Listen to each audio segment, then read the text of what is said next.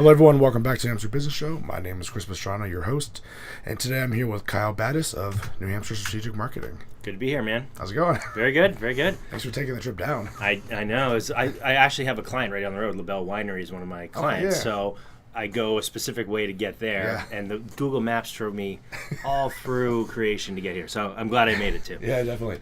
Which is funny because I just reached out to them like last week before because I'm trying to get them on a show too. So oh yeah, nice. Cool, so. Oh cool. Well, if you want an introduction to the people, I'm happy to. Awesome, that'd be awesome. Yeah. Let's start off with kind of what I always do, and let's get a little bit of your background and where you came from and your business and all that. Yes, that's good. So I am I'm a formally trained sports medicine and exercise science major that worked in that field for a few years and decided this is not for me, and then I had no idea what I was going to do, so I started, just researching things and trying things. I'm like, hey, you know what I'm going to do? I'm going to start my own business. Had that, Michael Gerber calls that entrepreneurial seizure, and I say, I'm going to start my own personal training business. So I started that, on the side, working, at the physical therapy clinic. And then when I started that, I realized I had no idea what I was doing as far as the business side of things. I had never taken a single business class, marketing class. I had only ever done like exercise science, sports medicine, fixing broken people. That was like my whole key focus with that part of my life. So when I started this business on the side, I didn't know any of the business stuff. So I started reading books and, attending seminars and webinars and all that kind of stuff. And I got really excited about that. I really loved that piece of it. And this is back in like 1999, right. So eternity ago as far as the internet's concerned. Yeah. And, started studying like the online marketing back then. And back then it was like a nightmare to build the website. Like you had to study like Dreamweaver and do like coding by hand. Yeah. It's much easier in this day and age to do that kind of stuff. But I started like getting involved in some of the classic books on marketing and direct marketing. And then I ran into an old friend of mine from high school, and he was starting his own hypnosis practices. And we started messing around with some different things, like, referring patients to each other. People wanted to lose weight. Hypnosis was good for that. And I had my little personal training gig, and started, messing around with email marketing, built my own first website, which was terrible. And one thing led to another, and we started delving more into the online marketing side of things. Started a newsletter for my personal training business back then, and I was running it out of my Hotmail account, which was completely I think this is like before canned spam, so it wasn't totally illegal yet, but definitely not advised. Yeah. And then I just kept going down that road, and the more I went down, I really loved it. And then that led us to actually creating something online like an information product. Yeah. So we created like a course, and we wrote the worst looking sales letter, an online sales letter that you've ever seen, put it out there, and we had people buying this product that we created. It was like an audio product, and that changed my brain forever. Like as soon as I got a taste of that, that was awesome because we made money while we were not working, which was totally foreign to me. Usually it's like I clock in, I get paid, and here was this thing making money for us on the side. So that really got me excited. And so I started going even further down that road. Ended up doing one of the first online projects I ever did was like an online interview series in the fitness space. I interviewed big gurus that had their own information products and books and courses. And I would get people to ask questions, and I would take their top 10 questions and bring them to XYZ Guru on a teleseminar. And we'd have like 200, 300, 400 people live on these events. And I would just ask the questions on behalf of my audience. And periodically throughout the teleseminar, we'd promote one of their, make a plug for his product, basically, through my affiliate link. Mm-hmm. And I made more money in 12 weeks doing that than I did the previous year at the physical therapy clinic. Wow. So mine was like completely blown from that stuff. And then I just fell in love with that stuff. Started studying membership websites, started working for a friend of mine who had started an internet publishing company. I was the third employee there. Fast forward a couple of years, we grew that to an $8 million a year business, just all online info publishing, membership websites, books, courses, home study programs, coaching programs, all that kind of fun stuff. I worked in that business for a while as in a bunch of different roles, affiliate manager, worked myself up to become the marketing manager. So here I'm this exercise science nerd that has now become a marketing nerd. And I love the online marketing stuff, and there's so many different applications of it. And then from there, I got recruited to go, and I started going to marketing seminars all across the country. We got to go to New Zealand to like mastermind with like one of the top internet marketers a couple years in a row. Probably went to $150,000 alone of just marketing seminars, all via my role with this company, and just started, building out my toolbox, my marketing toolbox of ideas and concepts and strategies and how I can help businesses. And then from there, I got recruited to go work for this company called the United States Concealed Carry Association. They sold like self-defense insurance and had info publishing to that market. And when I was there, we grew that from like a 10 to a $15 million a year business in the course of a year, just by like what they brought me in for was like the online paid advertising. It's kind of like where I play mostly is like Facebook ads, the Google ads, Bing ads, and paid media placements and stuff like that. We started really popping that up to another level, and they're just doing even more amazing today because they've really expanded that game quite a bit. But after working in that field for a while, I decided I wanted to do something for myself again. I've been for the last through 10, 12 years, I'd been building other people's businesses, which is really cool and really fun, but I wanted to build something of my own. So back to the drawing board, what am I going to do? And I'm like, hey, we have all these skills of how we can do all this online marketing. And I started looking at local businesses, and it started with a conversation with my brother, who's a chef up in Hanover, New Hampshire. And he's like, hey, me and my business partner, we started this restaurant. We have no idea what we're doing with this online marketing thing. Like, can you help? So I started giving some free advice and just helping them out. To me, it was very obvious what they were not doing and what they needed to do. But as soon as they started doing it, lo and behold, it started working. Phone was ringing. Getting new people coming in through the door, and that was kind of I could help small businesses with their online marketing. All these skills that we've been honing and these chops we've been building for the last 10 years, we can start doing this for small businesses. So we started New Hampshire Strategic Marketing then, probably about 6 years ago now, and we've been doing that ever since. And what we focus on primarily, when we first started our agency, we did everything, we can, because we had all these skills. I learned quickly, just because you can do something doesn't mean you should do something. So every new client was starting over from scratch, and we're doing a little bit of this, a little bit of that, like building a website, creating a marketing funnel, doing an advertising campaign, doing some social media posting, and every client was different. And that was a recipe for disaster. So after the first year, we're like, what is going on? Like, we're far better than this. Why are we, not, growing like we should be? Well, we started looking at the problems. We were trying to do too much. So we just asked ourselves two simple questions, me and my business partner, like, what are we really good at? And what do our clients really want? And after talking to our clients, they just said, Kyle, I just want my damn phone to ring. If you can make my phone ring, I don't care about anything else, And so that's what we started doing. And the thing that did that better than anything else was our paid lead generation campaigns. Google AdWords, Bing ads, Facebook ads, stuff like that. We got people that were interested in what they were doing and got them connected with our clients, whether it's a landscaper, a paving company, a LaBelle winery, a guy selling $20,000 mattresses in Toronto, you name it. That's what we did. We just connected people together and got them on the phone with their ideal prospect so they could try to, close a deal. Okay. So when you're talking about finding a good prospect, this is a good area most businesses tend to have an issue with it. Mm-hmm. How do you go about kind of helping them whittle down what their prospects should be? Because a lot of businesses have no idea, and they're like, oh, we sell to everyone. You kind of need to narrow that a little bit to make some money. Right. Yeah, it's a great question. And I think the real answer is, who is their customer avatar? And try to help them boil that down into, paint that picture of who are you trying to reach. One of my clients is we work with a lot of landscapers across the country. And typically, their ideal client is a homeowner, between the ages of 35 and 65 they're affluent, so they've got some money. They're probably busy professionals, so they don't have time or interest to do the spring cleanup themselves, or to install a patio on their own. They're not the DIY kind of crowd, and that's fine if you are, but like that's not the customer avatar for my landscapers that they're really looking for.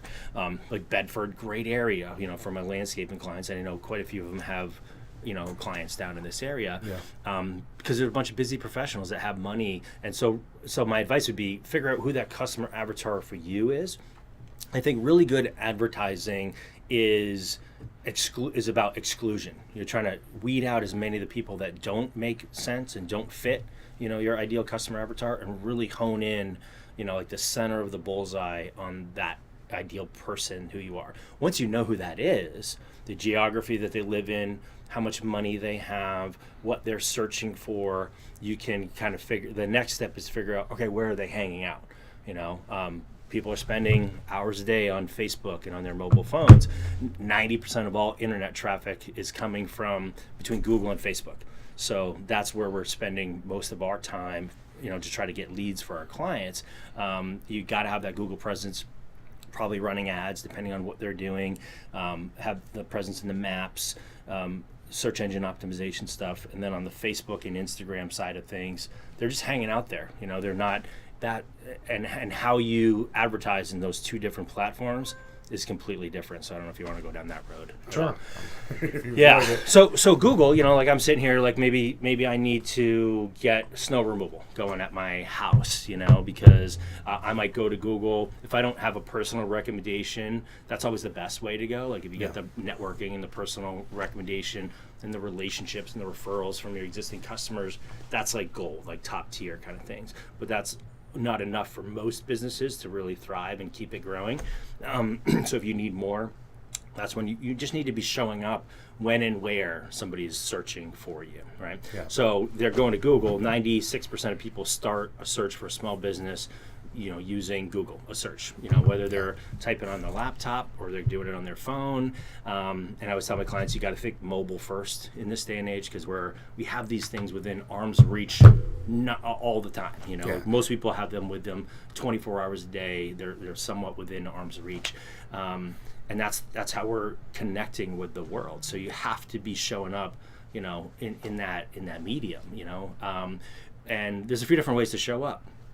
And the front page of Google is really where it's at. If somebody does a keyword search for like landscaper Bedford, New Hampshire, for example, you need to be on that page if you want a shot at getting that potential lead from Google. And for our landscapers, we're generating like 40 to 60 leads a month, and a lot of it's coming from Google and Bing, primarily. Because people going to do a search online, they are looking to hire somebody. They're looking to buy. That's where you go to buy things, to look for things, to shop for things, to find somebody to hire. Facebook and Instagram, that's where you go to waste time, to look at pictures of dogs, to get the local news, potentially to argue with people about politics. They're totally different places. People are so that it's the intent, search intent versus interruption. So how you advertise in both places is different. With Google, we're running an ad. Say, hey Google, when people search for these keywords, I want my ad to show to those people. And if I do a good enough job with my ad copy, they're going to click on my ad and go to my website or my landing page, and I have a chance to get that customer to call my client. That's what I'm doing. That's why I'm trying to orchestrate that whole process to connect my that prospect with my customer, so they can do what they do best, like get them on the phone, and close that person into a customer. On the Facebook side of things, you have people that are just, they're doing this. They're on Facebook, and they're going to the news feed, and they're just flipping through the news feed, like, and they're looking. They may be taking a break from their mental workload at work, at their desk, and they're just flipping through. And like, oh, there's a picture of my brother's kid, and my nephew, and here's an interesting article. Here's blah blah blah, and you have to interrupt them from that scrolling thing with something that catches them, grabs them by their eyeballs, and gets them to pay attention to what you're doing. Not the easiest thing in the world to do. I posted this post on my Facebook page yesterday, and it said the average goldfish has an attention span of 9 seconds. The average human has an attention span of 8 seconds. So as a business owner and as a marketer, that's what we're up against in this day and age. Just completely distracted humans that are constantly connected and plugged in and have stuff coming at them in all kinds of different ways. So to cut through the clutter and the noise and actually get somebody's attention is not the easiest thing in the world to do. And that's what we're up against. Yeah. Which is a lot there. That's pretty good. Sure. Because, I get it all the time with trying to get someone to sit down and watch like an hour-long video, getting crazy. It's tough. Yeah. So, you kind of need to grab them in a way that, other people aren't. So, that's pretty good. Cool. Now, you mentioned, there's a couple terms in there that I don't think people understand. You mentioned ad copy. Sure. And I know that can kind of throw people off. So, right. For a business looking to work on ad copy, let's talk about that just a little bit. Yeah, I think it's like, and another way to say that is just, so if we're sitting down having a conversation, like we get the benefit of, you didn't understand what I said, or you know what I'm saying, but you're trying to get clarification for the audience. You can ask that question, where if we're writing, like basically when I write an ad, that the words are doing the selling and the relationship building and call out to who I'm looking for. And so the more clear I can be with who I'm trying to reach, how it's going to help them, because that's the radio station everybody's tuned into in their head, is what's in it for me.fm, right? Yeah. Like, and so they're running everything that comes at them, whether it's on Facebook or Google or the street signs or driving down the road. All that stuff is coming at them, and they're wondering, what's in it for me? Like, why should I care about this? And if you can get them, if you know who you're trying to reach, and the words that you have on the page or on your website or on the text ad or even on a Facebook ad, call out to the right person and meet them where they're at and talk to them in something, in a way that they need, that catches their attention, then that can be powerful. So for example, I'll give you, like, we work with some dentist office, and one of the things that we found to be really powerful with dentist office is targeting newly engaged women. So they just changed their relationship status on Facebook. Facebook's got all this creepy information about all of us, and because we're so good about telling Facebook all this stuff. And the first thing, I have a lot of friends that have gotten engaged and married. One of the first things all the women do is they go to Facebook and they change their relationship status to engaged, and they get all the comments and all the happy things. So that can be a signal for my client. So talking to dentist office, I know if I can get the woman in their chair and get her enrolled in that office, she's going to eventually drag her husband in kicking and screaming, and then eventually bring the kids in too. So the lifetime value of that customer can be really powerful. So thinking about that and knowing that customer avatar, and you got to think about this for your business and what makes sense for your business. We are targeting people on Facebook who just changed their relationship status and saying, hey, you have an upcoming wedding, congratulations. Our office would like to offer you a free teeth whitening so you have a beautiful white smile for your big day. So think about that. I'm a newly engaged woman on Facebook, and I'm scrolling through my newsfeed, and I see this ad, attractive young lady with a beautiful smile, and I see the ad copy that talks about that. I'm like, oh, that's interesting. I probably should get I wasn't thinking about that. I wasn't looking for that, but I'm scrolling through and I see that. And I'm like, ooh, I should probably do that.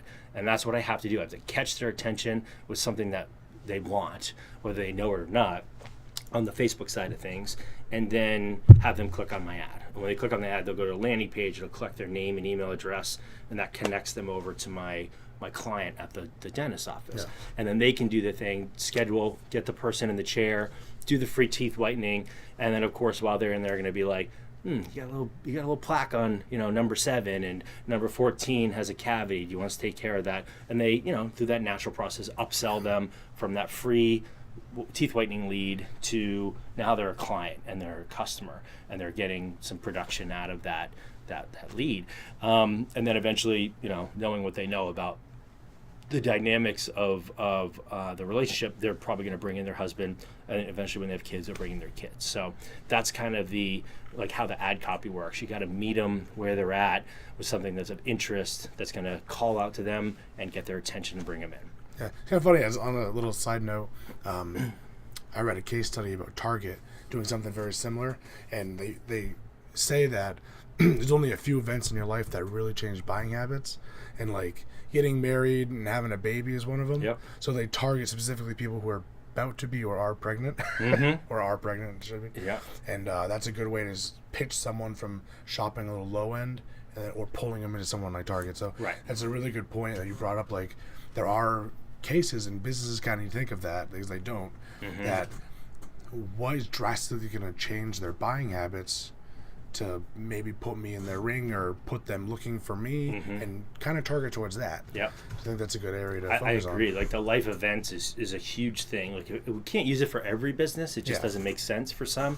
But I'll give you another example. Like another one is moms. Like so I talk about another event. They have a new baby in the house, and so we work with some water treatment clients, and we'll target new moms. Because all of a sudden they've been drinking the same water out of their tap for years. In New Hampshire, there's a lot of water problems. But now they see this ad on Facebook or on Google about you should probably test your water because you never know what kind of things can affect the health of your baby. They see something in that, they're like, hyper that catches their attention, and they have to go read that article. Because they care about they often care more about the health of their baby than they care about their own health, and so they'll put their baby's needs first, and so you can get their attention and then kind of give them some educational information about what they should look for and the next process, and maybe they should get their water tested, and then that kind of leads into the free water test. The water test then leads to getting a water filtration system that gets arsenic and radon and the hard water out of your system. The next thing you know, you spent $5,000+ on the water treatment stuff. So yeah, a lot of different ways that you can spin that thing. You just got to figure out the one that makes sense for the business. Yeah. So say a business is they're pretty new, they don't have a whole lot of money. Like, there's a lot of places you can dump a whole lot of money online. You talk about Facebook and Google being good, which I agree with. Where do they start? Where should they look first? Kind of where they're going to benefit from that money. Yep. I just gave a talk to a group of landscaping professionals. Basically, they flew in from all over the country to learn how to start their own organic lawn care business. And one of the first things I recommend to all of them was do your Google business page. All right. So basically, if you go to google.com/business, you can go and set up your business so that it's on Google. Right. The first thing that any business should do, maybe get your website first, have that, and then go over to google.com/business. And what you're doing is you're letting Google know, hey, here's where my business is. Here's what I do. Here's my hours. Here's my website. And here's some pictures of my business. Go fill out that profile, and what's typically going to happen is they'll send you a postcard in the mail. Usually takes 5 to 7 days. Sometimes they'll do a phone verification. Sometimes they'll also do like a video verification. Whatever verification method they use, it doesn't matter. Once you get verified, then you can start showing up in Google for the results. And that's like if you've ever done a search and you have like the ads up at the top, and then you got the maps listings right here, and then you have like the websites down here. That will get you in the maps listings, okay? And there's only 3 spots. And so like if you're the only landscaper in Concord, New Hampshire, well, you're not, but like, if you want a shot at that, there's only 3 spots. And so there might be 40 landscapers in Concord, but there's like 3 little bars under that. You have to click on those and you'll see a drop down, which nobody clicks on this. Like nobody's looking for, under that thing. So you need to be in the top 3 spots, like, or you're dead. Like, you have to be, so showing up on Google, if you're not going to pay for ads, you don't have the budget for that. You need to be showing up here at least. And that's free to sign that up. And that's the first step. The next step is you need to get your online directory listings kind of cleaned up. There's hundreds of websites out there that list your business name, address, and phone number. We call that NAP information. And you need to get that cleaned up, and so it's all matchy across the internet. Because Google's got a hard job. They're trying to connect somebody searching for what you do and who you are, and they got to figure out, okay, who actually matches that criteria. Yeah. So do yourself a favor and help Google out. Give them that information, and then go to that list of different directory listings, claim those. Those are sites like, Bing and Facebook and Twitter and Yahoo and all the different places that you can enter your business listing online. It's like a free listing. Yelp, Foursquare, TripAdvisor. Depends on if you're a lawyer, you need to be going to Avvo. There's industry-specific ones, but there's a handful of important ones that you really want to get. And there's 4 big data aggregators: Newstar, Localese, Axiom. You want to get in those because they kind of push that information out to the hundreds and hundreds of other directory websites that are out there. But without getting technical, the reason you do all that is so Google knows who you are and how they can better connect you. Once you've done that, and that's kind of like a one-time fix thing, then you got to start focus on getting reviews. Ask your customers, hey, how are we doing? If you just mowed their lawn, they're like, oh, Kevin, you're the best. You're great. I appreciate you. And then that's when you'd say, hey, I would love it if you just email me. Look, I'm gonna email you. I'm gonna send you a link to our Google business page or whatever. Would you be so kind to say what you just said there, but post a review on our webpage? Starting to get those reviews, really important. And Google looks at those. They're looking at how many reviews do you have? Are they overall positive reviews? Are they negative reviews? And what are the words that people are using inside the reviews? They actually look at those, and you can rank higher based on the keywords in the actual review text. So if somebody's saying lawn maintenance, like Kevin's the best lawn maintenance guy I've ever had, then he might be more likely to rank for lawn maintenance. It's not the only factor, but it's one of many that you can actually control. Some things you just can't control, you just got to be doing that. Part of it comes into your website, like how SEO friendly your website is.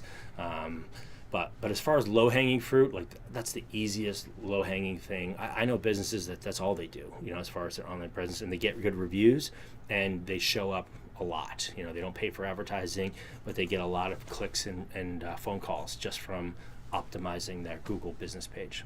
It's really good. Yeah. Because Google Business, of course, they would push their own products. So it's why they do it, It's why having a Google Plus account kind of helps in its own way. Yeah. So that's pretty good. I like that. What was I going to say? How do you keep up with all the social media stuff? Because just from our little conversation we've had so far, sure. You talk about Facebook, Google, and then it just kind of cascades into yeah. Blah, blah, blah. I know. Yeah. It's a tough. So for business owners, I just tell them don't. A lot of time, if you're a business owner and it's kind of like the 80-20 rule. You're going to get 80% of your results from 20% of your efforts.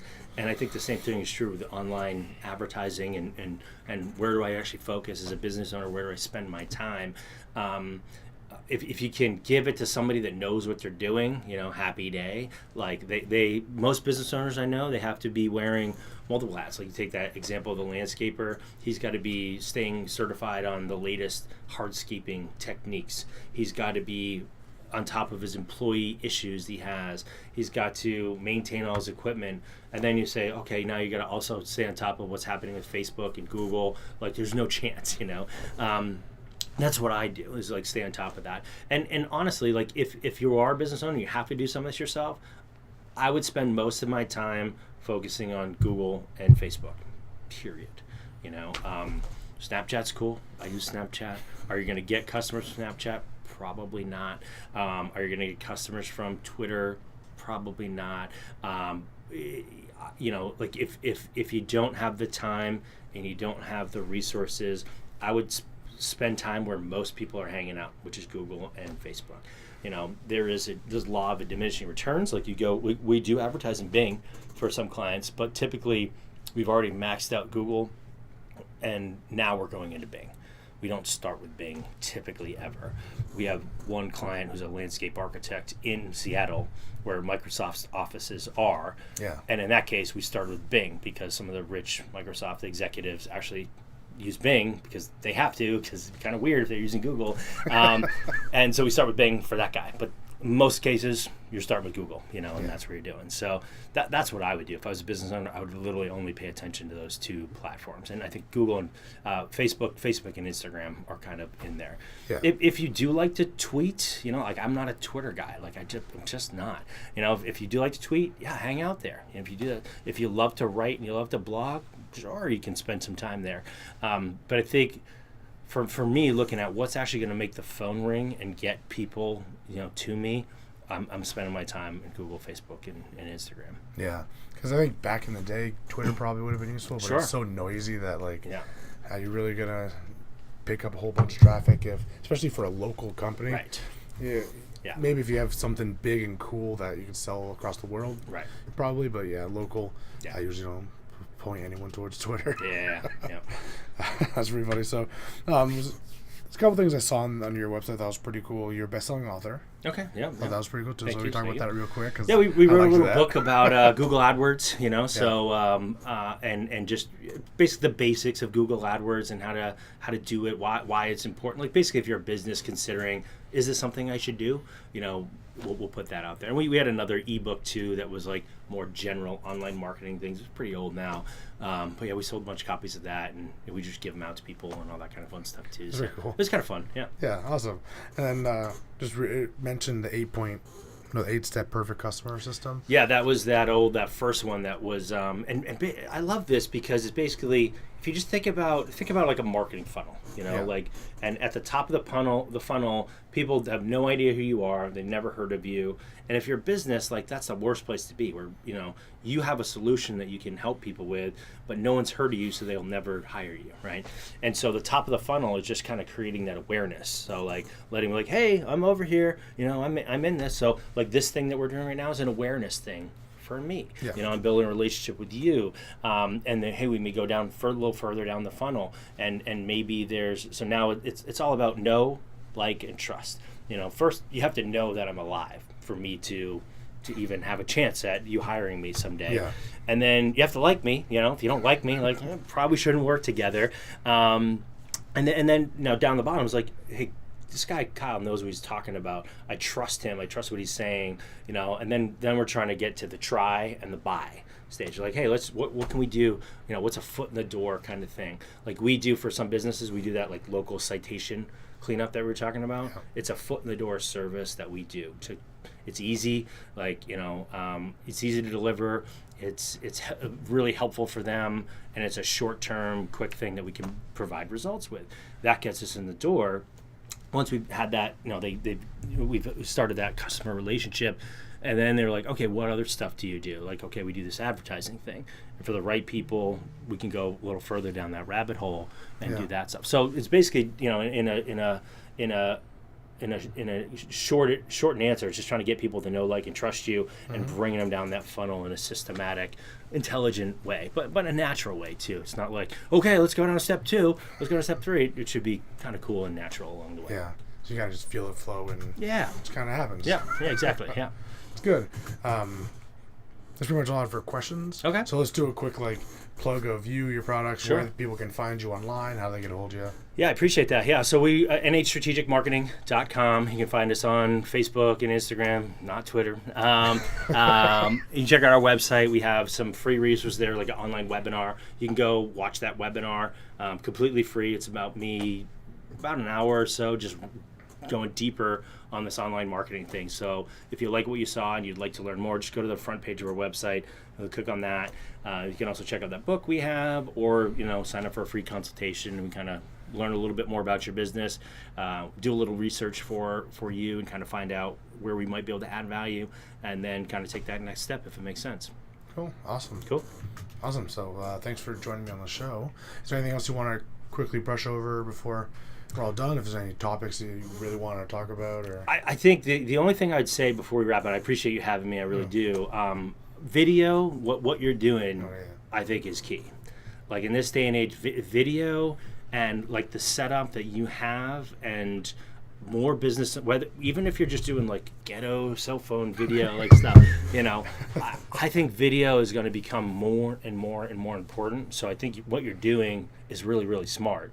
And if the business owners watching this today take off anything, they need to be doing more of this stuff, putting that out on Facebook, trying to build relationship, get people to know, like, and trust you. And video is a great way to do that. So I think what you're doing is like a perfect example of what a lot of business owners should be doing in as many different ways as possible. Cool. That's awesome. a huge thing. Yeah. Thank you. You got it, man. Yeah. That's good. At least knowing that I'm doing the right thing, at least. Absolutely. Sometimes. Yeah, absolutely. Okay, so thank you everyone for joining us today. That was a lot of fun, and thank you so much for coming out and hanging out with us. So until next time, everyone, keep being awesome.